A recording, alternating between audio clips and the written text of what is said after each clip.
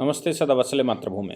हम लोग चर्चा करने जा रहे हैं एक ऐसी चुटकी की जिसको अगर ध्यान दिया जाए तो वो बहुत बड़ा विषय था और ना ध्यान दिया जाए तो बहुत छोटी सी बात है।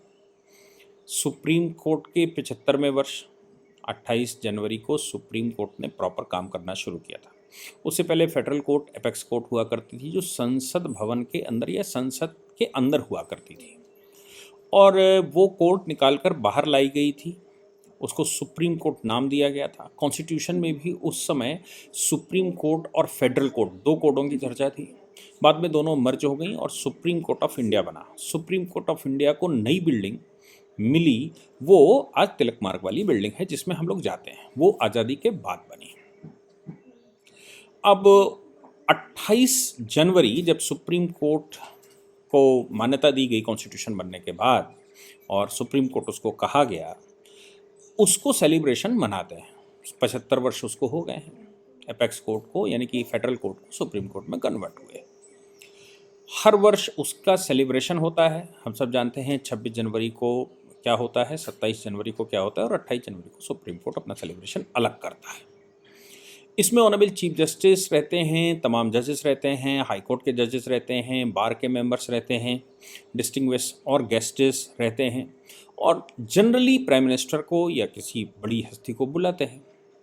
तो प्रधानमंत्री जी इस कार्यक्रम में शामिल हुए। हम सब जानते हैं कि 22 जनवरी के बाद से लगातार शेड्यूल बड़ा व्यस्त है उनका। 22 जनवरी से शेड्यूल व्यस्त के अलावा मैं कहूँ कि 22 जनवरी से भी 11 दिन पहले से वो लगातार नारियल पानी पीकर व्रत रखे हुए थे और दक्षिण भारत के वो रामायण मंडल या रामायण जो लीक है उसमें दर्शन कर रहे थे अलग अलग स्थानों पर, जैसा उनको बताया गया था। उसके बाद वो 11 दिन का वो अनुष्ठान फिर 22 जनवरी को आपने सबने हमने देखा और 22 जनवरी के बाद तब तक 26 जनवरी आ गई। 26 जनवरी के बाद 27 और 28 लगातार व्यस्त रहे होंगे। तो इसलिए उनका जो चेहरा दिखाई दे रहा था वो भी थोड़ा सा ऐसा दिखाई दे रहा था कि वो बहुत कहने का मतलब है कि बहुत परिश्रम करके आए। ये सब में जो bar council supreme court bar council है, बार एसोसिएशन है, सीबीए, उसके चेयरमैन का भाषण हुआ, इनॉग्रेशन किया गया। तो ऑनरेबल जस्टिस संजीव खन्ना जो कि अब की नेक्स्ट चीफ जस्टिस होने वाले हैं उन्होंने शुरुआत की। फिर मनन कुमार मिश्रा जो कि बार काउंसिल ऑफ इंडिया के चेयरमैन हैं, मनन कुमार मिश्रा खड़े हुए। मनन कुमार मिश्रा के बाद तमाम ये चलता रहा और प्रधानमंत्री जी का नंबर आया। चीफ जस्टिस ने भी अपनी बात कही। हालांकि मैं बता दूं बड़ी महत्वपूर्ण इसलिए है क्योंकि चीफ जस्टिस ने जो कहा, उन्होंने कहा कि इंडिपेंडेंस ऑफ जुडिशरी सिक्योर होनी चाहिए। बड़े ध्यान से सुनिएगा, सिक्योर होनी चाहिए एग्जीक्यूटिव और लेजिस्लेटिव इंसुलेशन से। अब इसका मतलब हम नहीं समझ पाए, अभी भी नहीं समझ पाए कि भाई लेजिस्लेटिव इंसुलेशन से उसको बचाना चाहिए। लेजिस्लेशन के तप से, लेजिस्लेशन के जो प्रभाव है उससे उसको बचाना चाहिए। भाई मैंने तो अभी तक कॉन्स्टिट्यूशन में ये पढ़ा है और कॉन्स्टिट्यूशन को जितना मैं समझ पाया वो ये है कि हम भारत के लोग जो कि पार्लियामेंट में रिप्रेजेंटेशन करते हैं और पार्लियामेंट भारत के ए से लेके जेड तक सभी संस्थाओं, सभी संस्थान, सभी प्रकार की ऑर्गेनाइजेशन जो भी हैं उनके सबके लिए रेगुलेशन करता है और उस रेगुलेशन के अनुसार वो सारी संस्थाएं चलती हैं। जो कानून पार्लियामेंट पास करता है उसको एग्जीक्यूट करने का काम सरकार का होता है। सरकार पार्लियामेंट नहीं है, याद रखने की बात है। पार्लियामेंट सरकार नहीं है, याद रखने की बात है। पार्लियामेंट इंडिपेंडेंट है, पार्लियामेंट सुप्रीम बॉडी है जो सबकी मदर है। पार्लियामेंट के अंदर से सारे इंस्टीट्यूशंस निकलते हैं। वो कॉन्स्टिट्यूशन के फॉर्म में अपना कानून बनाकर रखता है, उसको लिखित टेक्स्ट करता है, वो लिखित टेक्स्ट कॉन्स्टिट्यूशन में जोड़ दिया जाता है। तो उन्होंने कहा कि भाई केवल जुडिशरी की इंडिपेंडेंस इस बात से कि उनकी फिक्स्ड एज है जजेस की और फिक्स्ड एज के अलावा उनके जो सैलरी है वो सैलरी कंसोलिडेटेड फंड से आती, इतनी सिक्योरिटी ठीक नहीं है। सुप्रीम कोर्ट की या कोर्ट की इंडिपेंडेंस जुडिशरी के लिए एग्जीक्यूटिव और लेजिस्लेटिव इंसुलेशन से उसको और प्रोटेक्शन मिलना चाहिए, बचाना चाहिए। अब इंडिपेंडेंट ऑफ जुडिशरी का मतलब यहाँ पर मैं जो निकाल पाया वो ये है कि वो वहाँ से भी बाहर जानी चाहिए, यानी कि पार्लियामेंट से भी बाहर जानी चाहिए। उसका कानून भी पार्लियामेंट न बनाए, उसका सिस्टम भी पार्लियामेंट न बनाए। जो कुछ कानून बनाने हैं वो कोर्ट अपना बनाए, अपना कोर्ट बनाकर सीधा सैलरी विड्रॉ कर ले, सब कुछ हो जाए जो मैं निकाल पाया। हालांकि उन्होंने कहा कि भाई उसके बाद उसको थोड़ा सा मैनेज किया। फिर उन्होंने कहा कि साहब जजेस की सिक्योरिटीज़, जजेस का ये वो सब सारे विषय ठीक हैं। एग्जीक्यूटिव की बात वो कहते हैं, वो भी अपने को स्वीकार है कि भाई एग्जीक्यूटिव इन्फ्लुएंस में नहीं आनी चाहिए, लेकिन पार्लियामेंट्री इंसुलेशन से मतलब इन्फ्लुएंस नहीं होना चाहिए, ये बात समझ में अपनी तो नहीं आई। बाकी जो वो उनका पूरा भाषण उनका रहा होगा उसमें कुछ और रहा। जब प्रधानमंत्री जी खड़े हुए तो उन्होंने यात्रा बताई कि भाई ये यात्रा रही। उस यात्रा के दौरान उन्होंने दो बातें कही। एक बात उन्होंने कहा कि भाई जो ये ई कोर्ट्स हैं, ई कोर्ट्स के लिए हमने सेकंड फेज से, अब ये तीसरे फेज में आ गए हैं, सेकंड फेज से 4 गुना फंड निकाला है। तालियां बजी नहीं। तो उन्होंने कहा कि भाई ये तो आपका विषय है, इस पर तो तालियां आप लोग बजा सकते हो, खुलकर बजा सकते हो। लेकिन उसके पीछे का जो कमेंट था, जैसे ही उन्होंने कहा कि खुलकर बजा सकते तो सारे हंस पड़े। लेकिन अगला जी गुगली मारी वो बड़ी खतरनाक थी। अगली गुगली में उन्होंने कहा कि भाई मनन कुमार मिश्रा जी के वक्तव्य पर आप ताली नहीं बजा रहे थे, ये समझ में आता है, लेकिन अभी तो ये आपकी बात है। अब समझना ये पड़ेगा कि मनन कुमार मिश्रा ने आखिर कह क्या दिया, जिसकी वजह से प्रधानमंत्री को लगा कि मनन कुमार मिश्रा जी जब बोल रहे थे तो इतना अच्छा भाषण होने के बावजूद, इतनी अच्छी बात बताने के बावजूद लोग तालियां नहीं बजा रहे थे। ऐसा लग रहा था कि बड़ा कष्ट हो रहा है लोगों को। ऐसा लग रहा था कि मनन कुमार मिश्रा ऐसा क्यों बोल रहे हैं। ऐसा लग रहा था कि मनन कुमार मिश्रा को ऐसा नहीं बोलना चाहिए था। ये आभास हो रहा था। अगर आप वो वीडियो देखेंगे तो आपको आभास हो जाएगा कि वाकई में मनन कुमार मिश्रा के इस बयान के ऊपर माननीय प्रधानमंत्री जी ने ये टिप्पणी क्यों की। हालांकि एक और टिप्पणी उन्होंने की। उन्होंने कहा कि हमने आपके लिए एक बड़ा फंड निकाला है, शायद 800 करोड़ में ध्यान नहीं है, 400 या 500 800 करोड़ रुपए कुछ बात कही है, और पार्लियामेंट की नई बिल्डिंग बनेगी। मतलब भव्य पार्लियामेंट बने, जैसे पार्लियामेंट बना है वैसी जुडिशरी, मतलब सुप्रीम कोर्ट का भव्य बिल्डिंग बने। बस इतना ना हो कि जैसे हमने नई पार्लियामेंट बनाई तो कुछ लोग करके चले आए कि साहब पैसा बर्बाद कर रहे हो, समय बर्बाद कर रहे हो। आपके पास भी आप ही की अदालत में लोग चले आएंगे, साहब ये नई बिल्डिंग की ज़रूरत क्या है, ये इसके इंफ्रास्ट्रक्चर की क्या ज़रूरत है, इसकी भव्यता देने की क्या ज़रूरत है, और ये सब कुछ हो जाए तो भी लोग हंस पड़े थे। अब हम आते हैं मनन कुमार मिश्रा जी की बात पर। मनन कुमार मिश्रा जी अपना वक्तव्य दे रहे थे। पहले उन्होंने चीफ जस्टिस के बारे में कहा कि भाई पूरे विश्व में आज हमारे जो चीफ जस्टिस हैं वो पूरे विश्व में डिमांडिंग हैं, पूरे विश्व में इनकी ख्याति है। ये भी कहा कि भाई हमारे पास 2 लीजेंड्स एक साथ बैठे हुए हैं जिन्होंने भारत की ख्याति पूरे विश्व में बढ़ाई है, ऐसे हमारे प्रधानमंत्री जी और चीफ जस्टिस ऑफ इंडिया, जो कि पूरे विश्व में इस समय डिमांडिंग है। यानी कि बैलेंस कर दिए कि ऐसा ना हो कि कोर्ट का कार्यक्रम है और कहीं कोर्ट को बुरा लग जाए प्रधानमंत्री जी के बारे में बात करने से पहले। तो फिर उन्होंने कहा कि माननीय प्रधानमंत्री जी ने जो 22 जनवरी को किया, जो वर्षों से पीड़ा थी हिंदू समाज की, 500 वर्षों की पीड़ा थी, उस पीड़ा से बाहर निकाल कर लाए।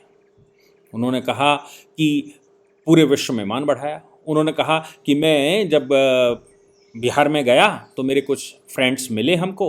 उन फ्रेंड्स ने कहा कि भाई 2024 में क्या होगा। तो एक ने कहा कि होगा क्या, जैसा चल रहा है वैसा बहुत अच्छा चल रहा है। दूसरे ने कहा कि भाई कन्याओं की चिंता करनी नहीं है, सरकार ने योजना दे रखी है। भोजन की चिंता करनी नहीं है, सरकार ने योजना दे रखी है। एम्प्लॉयमेंट की चिंता करनी नहीं है, सरकार ने योजना दे रखी है। और ये जो मुद्रा योजना और तमाम योजनाओं की चर्चा उन्होंने कर डाली और कहा कि भाई ये ऐसे यशस्वी प्रधानमंत्री जो विश्व में भारत का नाम बढ़ाए हुए हैं। आज पूरे विश्व में, पहले उन्होंने कुछ अपनी बिहारी भाषा में कहा कि पहले ये होता था कि भारत जो है दूसरे नेताओं के पीछे घूमा करता था, आज भारत के प्रधानमंत्री को खोज रहा है पूरा विश्व।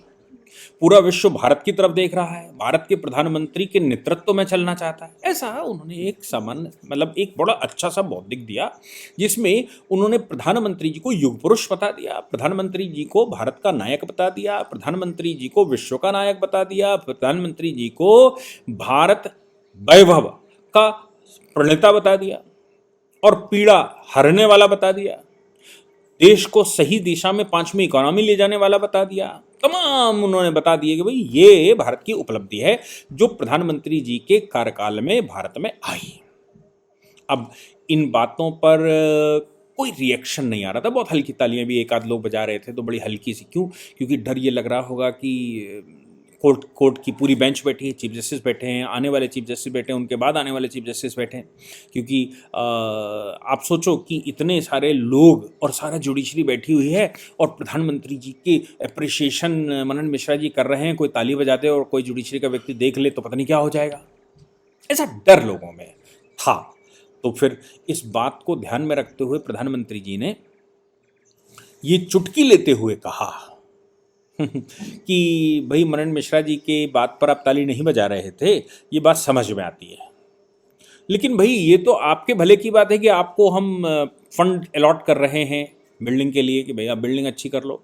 हम आपको फंड 4 गुना कर दिया है कि आप ई कोर्ट्स के मामले में कर लो, ताकि देश में भी ये भागा दौड़ी खत्म हो, लोग अपने घर से प्रैक्टिस कर सकें, क्लाइंट भी अपने घर से कर सके, पिटीशन ऑनलाइन चल सकें और कोर्ट वहाँ खाली बैठा हो और वो आसानी से सबका डिस्पोजल कर सके, ताकि ये भीड़ भाड़ खत्म हो, समस्याएं खत्म हो, लोगों को आसानी से न्याय मिल सके। हालांकि चीफ जस्टिस ने ये कहा कि 1985 में मेरे पास एक 22,000 PILs आई थी और 2022 में, देखो चीफ जस्टिस ने जो कहा उसका मामला समझो। चीफ जस्टिस ने कहा कि 2022 में 1,15,000 लेटर्स पिटीशंस आई हैं। 1,15,000 लेटर्स पिटीशन। ये आपको मालूम है लेटर्स पिटीशन किसके मामले में आती हैं? जब सरकार से लोग नाखुश होते हैं। तो नाखुश से मतलब है सरकार जो परिवर्तन करना चाहती है उस परिवर्तन के लिए स्वीकार नहीं करते और वो लोग उसको रखते हैं। तो ये बात कि 1,15,000 लेटर्स पिटीशन 2022 में ही चीफ जस्टिस ने कह दिया। इसका मैसेज आप जो पढ़ने समझने वाले लोग हैं वो समझ सकते हैं कि जो व्याकुल भारत के लोग हैं और जिनको भारत में इंटॉलरेंस दिखती है, जो अवार्ड वापसी गैंग है और ये जो इस तरह के लोग हैं, इन्होंने सबने लेटर्स पिटीशन चीफ जस्टिस को भेजी होंगी। लेकिन उसको मेंशन करना कि 1985 में मेरे पास 22,000 पिटीशंस आई थी और अब 1,15,000 आई हुई हैं 2022 में, ये मैसेज क्या देना चाह रहे थे हमारे कोर्ट के लोग, ये भी सोचना पड़ेगा। इसलिए जब मनन कुमार मिश्रा ने प्रधानमंत्री जी को चढ़ाया और सत्यता बताई कि भाई सत्यता ये है, बाकी कोई माने न माने, सत्यता ये है कि भारत जो है वो इस समय वो ऊंचाई छू रहा है जो पिछले 75 वर्ष से हम इंतज़ार कर रहे थे कि वो ऊंचाई उसको छुए। प्रधानमंत्री जी ने तो इसमें ये भी कह दिया कि भाई ईज ऑफ जस्टिस के लिए इंतज़ाम करिए। ईज ऑफ जस्टिस के लिए हमने ये फंड निकाले हैं ताकि लोगों को ये ना महसूस हो कि भाई हम कोर्ट जाएंगे हमें कुछ लाभ नहीं होने वाला। तो ईज ऑफ जस्टिस, हम पैसा बहुत खर्च होगा, ये होगा वो होगा, भाई सीधा सीधा उसमें इंतजाम कुछ होना चाहिए। मनन कुमार मिश्रा ने कहा कि भाई कभी हम 7 जजेस से शुरू हुए थे, आज हम 34 की संख्या है और हमारे एक एक जज शाम को 60 से 80 पिटीशंस को डिस्पोज करवाते हैं और उसका निर्णय करते हैं। ये विश्व का सबसे बड़ा रिकॉर्ड है। हमारे चीफ जस्टिस इस समय बैठे हुए हैं वो विश्व में डिमांडिंग है, ऐसे उन्होंने कहा। तो इस बात पर कोई रिएक्शन नहीं आया या कम रिएक्शन आया। इस बात को लेकर प्रधानमंत्री जी ने का मुझे लगता है मानना होगा कि जब भारत इतनी ऊंचाइयां चढ़ रहा है, भारत के आंकड़े वो दे रहे हैं मनन कुमार मिश्रा जी, 25 लाख एडवोकेट्स, भारत के 25 लाख वकीलों की तरफ से वो प्रधानमंत्री जी को स्वस्थता का आशीर्वाद दे रहे हैं, या मैं कहूं कि उनके लिए कामना कर रहे हैं कि भाई 25 लाख वकील और भारत के 140 करोड़ लोगों की तरफ से मैं प्रधानमंत्री जी ऐसे ही काम करते रहें और भारत को ऐसे ही विकसित भारत की तरफ ले जाते रहें और भारत को उठाकर कहीं कुछ दूसरी दिशा में खड़ा कर दें, इसके लिए मैं प्रार्थना करता हूं और मनोकामना करता हूं। इस बात पर तो ताली बजनी चाहिए थी, इस बात पर लोगों को बेंच बजानी चाहिए थी कि भाई एक नायक है जो हमको आगे बढ़ाकर ले जा रहा है और उस नायक के लिए हम दीर्घायु मांग रहे हैं, लेकिन नहीं हुआ। इसलिए मुझे लगता है प्रधानमंत्री जी को लगा कि देश के विकास की चर्चा हो रही है तो भी कोर्ट के बैठे लोग, चाहे वकीलों की बात करें चाहे हम जजेस की बात करें, वो क्यों नहीं प्रसन्न हो रहे, ये विषय एक बड़ा विषय है। जय हिंद, जय भारत, वंदे मातरम।